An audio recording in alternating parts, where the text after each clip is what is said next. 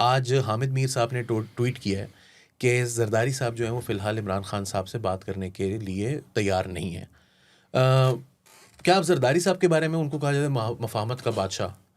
पाकिस्तान की फ़ौज जो है वो सबके साथ राब्ते में रहती है, हमेशा रहती है, किसी न किसी लेवल पर वो मुसलसल राब्ते में रहती है। नवाज़ शरीफ साहब जो हैं जब उनको जेल जाना पड़ा था तो अमेरिका से बिल क्लिंटन जो है वो पाकिस्तान आया और उसने आके कहा कि इसको निकालो यहाँ से। सऊदी अरब से वो रफ़ीक हरीरी साहब थे, वो क्या नाम था उनका, हरीरी साहब जो थे, साद हरीरी वो लबनान से, वो आए पाकिस्तान, उन्होंने आके नेगोशिएट किया और किंग सलमान थे वो नवाज़ शरीफ को यहाँ से लेकर गए।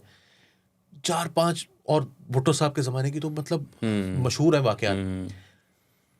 कोई तो शख्स हो ना जो, अच्छा सुहेल वड़ाइच साहब ये कह दें कि जी मैं गारंटी देता हूँ इमरान खान धोखा नहीं देगा, मैं गारंटी देता हूँ इमरान खान जो है वो जो कहेगा वो उसका पास रखेगा। सो जब इस तरह के मामलात हों तो एक नवाज शरीफ ही के ऊपर क्यों ये प्रेशर है कि वो बात कर ले, बाकी भी तो कोई करने के लिए तैयार नहीं है। So it's not about Nawaz शरीफ।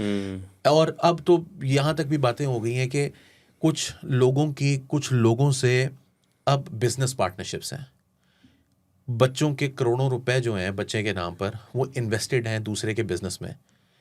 ऐसी सूरत में you lose whatever credibility you have but also whatever leverage you have over the other person कि यार ये बंदा जो मेरे से बात कर रहा है ये गुड फेथ में कर रहा है।